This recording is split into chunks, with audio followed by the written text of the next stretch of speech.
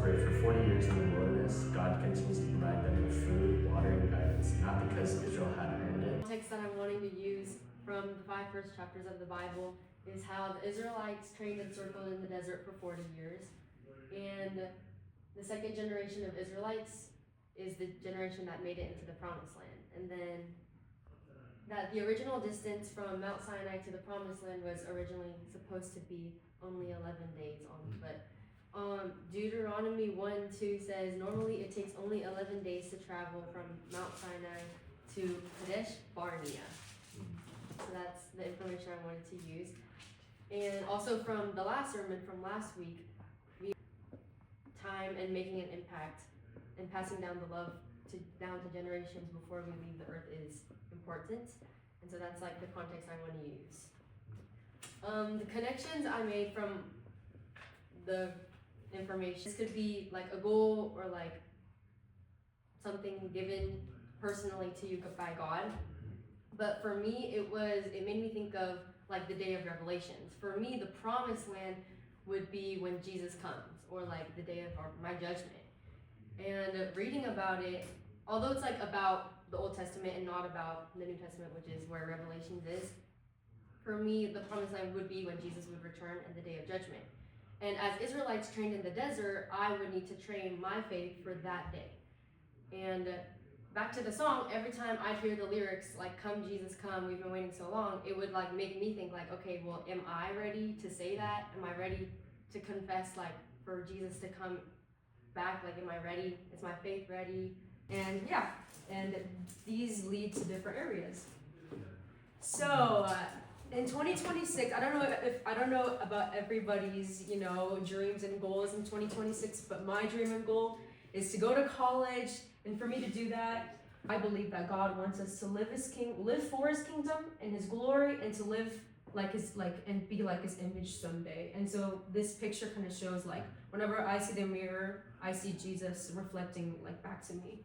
So to support that, Genesis 1:26-27 says, then God said, let us make man in our image, in our likeness. So God created man in his own image. In the image of God, he created him, male and female, he created them. And then he already had a plan for him ever since he was born. Even because in that timing, Pharaoh ordered every boy child to be killed. But God saved him. He got him to be raised by an Egyptian princess, and but he will eventually show it to you like he showed Moses. And in the background, you can see like God is like actually calling you, so I thought it was kind of funny. So just a reminder that, the verse that we say every Sunday, like the Lord bless you and keep you, the Lord make his face shine upon you and give you peace. That God is calling you. Did you make that yourself? what? The background. No, I literally found it off of Google. Really? Yeah, and I just That's copied and really pasted. Clever. The 40 years that you felt that the Israelites, even though, for 40 years, you felt like they really didn't recognize God working, even though they saw God literally doing things, Right. like parting the sea and manna coming. I wonder that how it applies in our lives today. God is in our midst, but maybe we just don't see it. Yeah. I was just wondering how other people feel about that. Because it seems so stupid if you think about it. Israelites are so stupid. I mean, if God was burning, at night there's a light come, and during the day the cloud literally go over their head as they march. So, oh, there is God. What is there to doubt? And yet they doubted, and yet they created idols, and yet they grumble. Sometimes it's easy for me to say, yeah, Israelites are just stupid. But when I look at my own life, we see things around through people, and even you guys speaking today, that God does speak, even through the young people. And God is real, and God is working in our lives, and yet we forget that. So I'm just wondering, how do we make that everyday real experience in our lives? So we have really good preacher here, right? So every week we get together for preaching. we study together, we research together, and then we just talk about next sermon. And oh, this is safe, sermon, it's healthy sermon, and then that's what we are preaching. You guys remember? So I want to introduce our preacher. So 최정 목사님. Yeah. Personally, I was blessed time preparing myself and preparing two good men with this. Every Friday night we discuss about it. And when I stand in front of you, I was really very shaking and very uneasy mind. And Sharon and Rena, you presented today.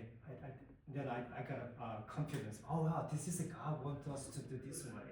So I don't know. I do not discuss everywhere. I just when I'm listening to you, all three of you, and I think, yeah, maybe we can take a turn. We do some portion and then take a turn. You guys are showing up. So must be we need maybe new style of worship service because I'm not ordained from the God, so I don't know. But I have to present to you what God gave to me inspiration. So I have to study and I discuss two of these very good men.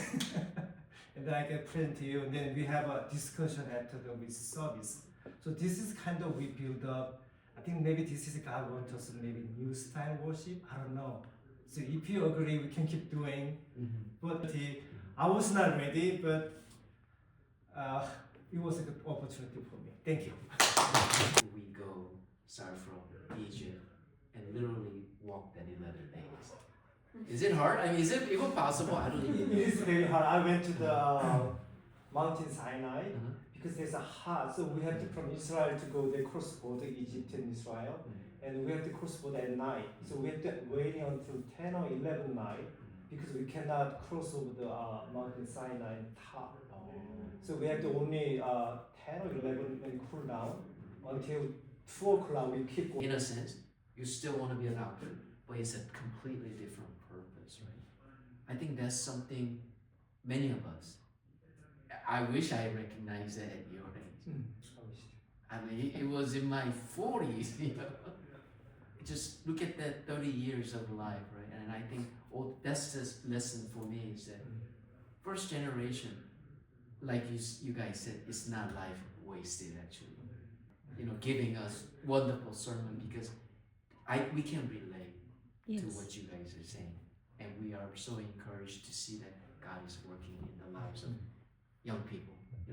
3 of you, and remember the statistics when you go to college, Sunday school, only 5% message